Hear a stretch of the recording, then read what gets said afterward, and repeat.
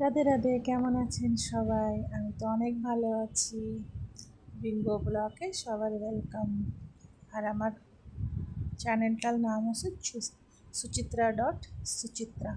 এতে আপনারা কমেন্ট করবেন, বেশি ভালো লাগলে একটু শেয়ার করে দেবেন, আর সাবস্ক্রাইব করতে একদমই ভুলবেন না, কেমন? আর আমরা আজকে গেছিলাম হচ্ছে উইয়ুর একটা বিশেষ একটা কাজের জন্য।